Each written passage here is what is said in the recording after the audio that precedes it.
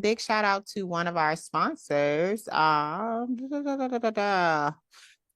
curriculums. Oh, that's why you should have notes in front of you. But classical curriculums, I appreciate you for helping the journey. And one of our sponsors from last year we have with us RightStart Math. Kathleen, introduce yourself. I am Kathleen Carter Clayton. I am with RightStart Math, and we do math starting from kindergarten all the way up to high school algebra. So we do all that stuff. We lay the foundation and we lay it well. Nice.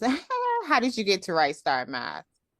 Well, actually, that's kind of an interesting story because Dr. Cotter, who developed this program, is actually my mother. So Oh, nice. I've known her my whole life.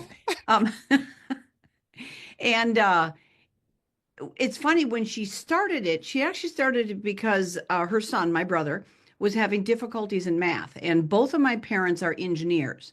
And Dr. Cotter, coming from engineer, she's got this kid who's really struggling with math. Well, that's ridiculous. There's no reason for this. So she started creating ways to help teach him his math. And she started to create card games. And somebody said, "These are really good games. You should like write these down." And she was like, "What? Okay." And that was actually the beginning of the Right Start Math program. So I was not involved initially. I mean, I was just like, whatever. My brother can't figure anything out. Mom will take care of this. Moving on.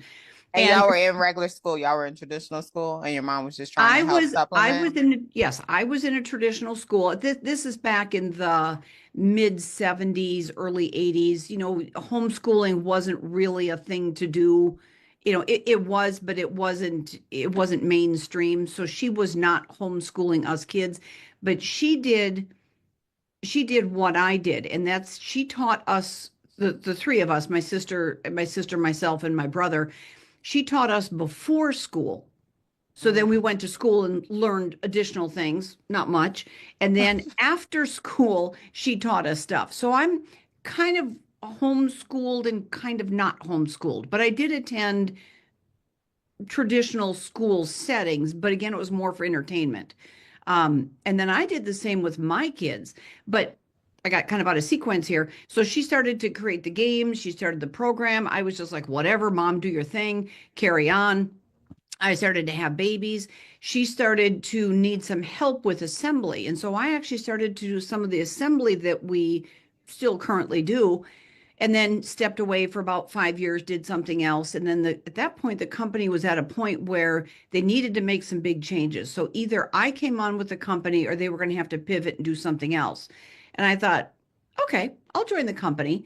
And that was in 2002. So I had been with the company full time, my second time around, since 2002. So it's one of those deals where I've kind of learned at the master's knee. And then I use this program also with my children before there was the Right Start Math program. So the Right Start Math program came out in 2001. Came out in 2001. I came back in 2002. And at that point, I used some of it with my kids, but I used more the philosophy rather than the Right Start program. Okay, and what is the philosophy? Well, we are hands-on, engaging, and we use an abacus to give the children a visual idea of their math. So they're not over there with the symbol 3 and the symbol 2, and then somehow they're supposed to know it's a 5 or a 6. I mean, depending upon, if they're adding or subtracting, or, they kind of figure out, or multiplying, or maybe they're subtracting and then this answer is 1. It's not the symbols, it's the quantity. So you can actually see it and work with it. And then we play card games to practice what we've learned. Because, like, for example, a lot of you have, you may have your spouses or significant others' social security number memorized. What did you do? Mm. Did you sit down one day and memorize it? No, you used it over and over and over until pretty soon you had it. Or maybe your kids, or maybe you have a recipe that you have memorized. Again, you didn't sit down and memorize it. You did it over and over and over, the repetition. That's what the card games do, is they provide the repetition so that the children can learn their facts, But more importantly, the games provide a reason for the children to care about their facts because they don't care about multiplication. I mean, let's be real. Who cares? But if I have an opportunity to beat daddy at a game, sign me up. I am all over that. Right. Yes. And my girls love learning through games. The youngest one in particular, Yeah. she definitely loves learning. Okay, so abacus. Did I say it right? Abacus. Abacus. Abacus. You can I also pronounce it just got abacus. introduced abacus. You can. We Okay. pronounce it abacus. Both are correct. Okay. I think I like abacus better. Okay. Well, I'm going to keep saying abacus. Abacus. Abacus. Okay. Yeah. But I just got introduced to that probably like maybe a month ago. Mm-hmm. Maybe yeah, I feel like a month ago. I had never heard of it before. Mm-hmm. Like tell more about this abacus because it wasn't through a podcast. Like I didn't record with anyone. It's Right. something You were just, outside. Yeah. well, abacuses have actually been used for hundreds and hundreds of years. We actually have a new book coming out called Start Math Right. And Mm. in there, Dr. Cotter talks about all the different abacuses. Most traditionally, people are familiar with the Chinese abacus or the Japanese abacus. There's also a Russian abacus, there's a Slavonic abacus, there's all these different abacuses that are available. An abacus, by definition, is beads on a frame. It does not tell you what value they have or how to use it because they vary greatly. Ours is one that Dr. Cotter, by the way, just want to clarify real quick. Dr. Cotter is my mom. I do refer to her professionally as Dr. Cotter or Joan because it's just not the same if I say, well, my mom says so. Right. I know. Well, I caught it. Like I caught the Dr. Yes. Cotter from, But I just wanted to it is explain if funny, everyone's yes. thinking, well, Well, my wasn't that your mom mom? Why said, did you my call her mom Dr. Cotter? said, That makes yes, no sense. Yes. yes. So anyhow, but Dr. Cotter's abacus, the Cotter Abacus, cleverly named, is actually a derivative of the Montessori bead frame, which is another type of abacus. And Dr. Cotter is a trained Montessorian. And so she, got her Montessori education. She started a school. They moved, and then she started teaching in another school. And she said, "This Montessori math, I mean, this is good, but I think there's ways to make it better."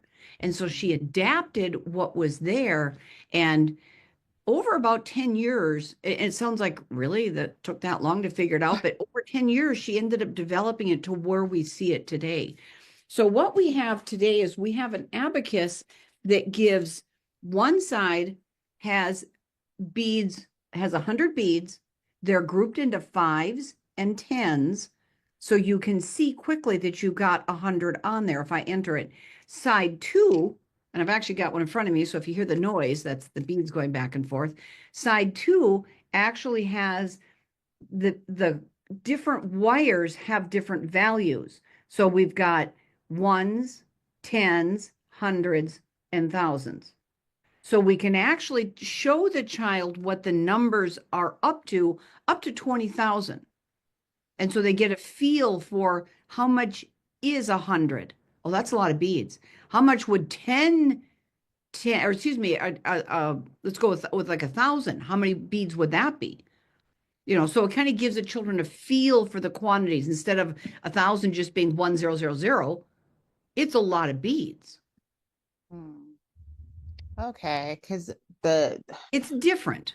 It's very different, but what I saw really kind of blew my mind, Kathleen. Like the kids were speeding through. Like she showed a video, and I wish I could tell you what company this was, so I could shout her out, but I don't remember it offhand. But either way, she showed a video, and the kids were doing like she would give like 42 plus 73 plus like give a whole long math problem, and the kids would just do the little, mess with the beads and boom, yes. Yep. And it was like, yep. Oh my God. That was probably a Japanese abacus. Okay. Chinese and Japanese are actually very similar. I know how to use them both. I prefer the Japanese. I'm a little bit more confident with the Japanese, but the Chinese has some options that the Japanese doesn't. But yes, when you get very good at that, you can just and poof, you've got the answer. Yes. Our abacus is more of a learning tool. It's Okay. not a calculator like the Chinese and Japanese. It's more of a learning tool so that I learn what this means, how to do it, because we don't want the kids taking the abacus off to college. Rather they're rather they're going to get an idea as to what does it mean? What's the difference between 3 and 30 and 300? And we're going to show that how there's differences. And again, it's not just a three, a zero, and a 300. It's a different quantities. And that's what the abacus does is shows the quantities and how to work with them. Okay. So Dr. Cotter, she did this while working as an engineer, or she also had a field like some kind of educational background? Because you said this was just to help your brother. Like she literally Right. just started this to help your brother. So that's very Yeah. interesting. Yeah. Did she have an educational background? Well, she does, and it's very Okay. interesting. She started out with she actually homeschooled herself. I'm going to go way back because Okay. her history is so interesting. She actually had some medical stuff as a teenager and ended up being bedridden for I think it was 9 months. And so during that time, and this was, way back in the beginning of time, she had to do her homework and then she'd mail it in and they'd mail it back to her Oh because, again, wow. she was bedridden. So she learned how to teach herself. So basically, she homeschooled herself for a year. So that was kind of the beginning. Then she went into engineering and she went into electrical engineering because it needed the most math, which most Mm. people are like, really? But Right, she exactly. loved math and she loved the learning. So she went into engineering, ended up getting married, having kids, was a stay-home mom for, oh, I don't even know how many years, probably 10-ish years, maybe somewhere in there, 8 years, somewhere in there. And then she went on because she was always interested in education. Then she started her Montessori training. And so she went, I think it was 2 years where every day she drove into class and came back home. And, it was kind of a tough time on our family, but it was also a real good time because she was learning and we, the children, got to see what it looks like, how much dedication it takes to see somebody learn. So that was kind of Mhm. an interesting time. But anyhow, so she got her Montessori diploma and then started her work. Again, they started a school, they moved, taught in another school. This is what I'm going to start to change. Started to do the games with my brother. So she's kind of playing around with teaching math. She decided to go back and get her master's in curriculum instruction. And Mm. then she taught grade 6, 7, and 8. And that was a very exciting time. That was also a very difficult time because that's where she said, these guys are idiots. Not because they're stupid, but you can't be doing higher level math if you don't have your basics. Yes. So she was like, okay, what I'm doing is right. I'm on the right page with what I'm doing and how I'm doing things with the abacus and the card games. So she went back to school again and got her PhD in mathematics, in mathematics education. And out Okay. of her doctoral dissertation came the RightStart math program. She didn't Mm. really mean to write a program. She was just doing it for her doctoral dissertation. But the school that was using the program, and they, by the way, scored twice as high as the control group. So they did Okay. very, very well. They said, this is so good. We want more. And she was like, okay. So then she wrote second grade and kindergarten and third grade and fourth grade, stopped. And then she did kind of a middle school, stopped for a little bit. And then at that point, now at this point, I've come in and we went back in and did a second edition of Right Start Math because she changed the way that she taught some things, particularly multiplication, with the second edition. And that's what most people are familiar with now is the second edition. So Okay. yes, she does have an education background, and it's just amazing the things that she's constantly doing. She and I had an opportunity 2.5 years ago to speak in Cambridge, England at I'm just trying to think here. Cambridge University. There we go. Cambridge, England, but Cambridge University at a math conference. And Right. then this last summer, I spoke. Dr. Cotter decided she didn't want to go on this one, but myself and another person spoke in Italy at the same conference. So we speak around the US and around the world with what we're doing. Yeah. So you have an educational background? I don't. I'm an odd Okay. one. I've got just kind of an eclectic group of things, but I've been doing this for about 25 years now. Mhm. So I don't have an education background, but that's what I do. No, no worries. Yeah. Because you went to school. So with you Yeah. having gone to school, how helpful would these resources have been had you had them and Oh, when? amazing. And actually, it's funny because I was taught very traditionally, probably the same way you were. You just Mm, memorize it. Don't give me any grief. And like I always say, when you memorize things, when you just have just sheer memorization, I usually kind of kiddingly and sadly, truthfully, say that if we don't kill our kids off in multiplication, we kill them off in fractions. And mm, I got killed off in multiplication. And now, because of the abacus, because of the way I taught my children, the way I teach other people, I now, well, I actually struggled with my addition facts too, but whatever. But I didn't do six, sevens, and eights. Thank you. I got nine. Um, but six, sevens, and eights, I now have no problems adding and subtracting. And my multiplication is almost there. If somebody yells at me like, what's six times eight? I don't know. But if I can calm down and think it out, I'm like, okay. And actually, the way I do it is six times eight. I honestly don't know the answer, but I know three times eight is 24. Yeah. And then I double it to 48. So if I calm down enough, I can think it through. But again, if a child or an adult doesn't have Mm, good number sense, they don't understand what the numbers mean, you can't do what I just did. And some of you are going, indeed. I still don't know what she did. But I, but if you know what the numbers mean and how it works, then it starts to work out. Well, why do you want to take and have to redo things? Why not just teach them right from the start, which is what we do? indeed. Right start. Yeah. I like that.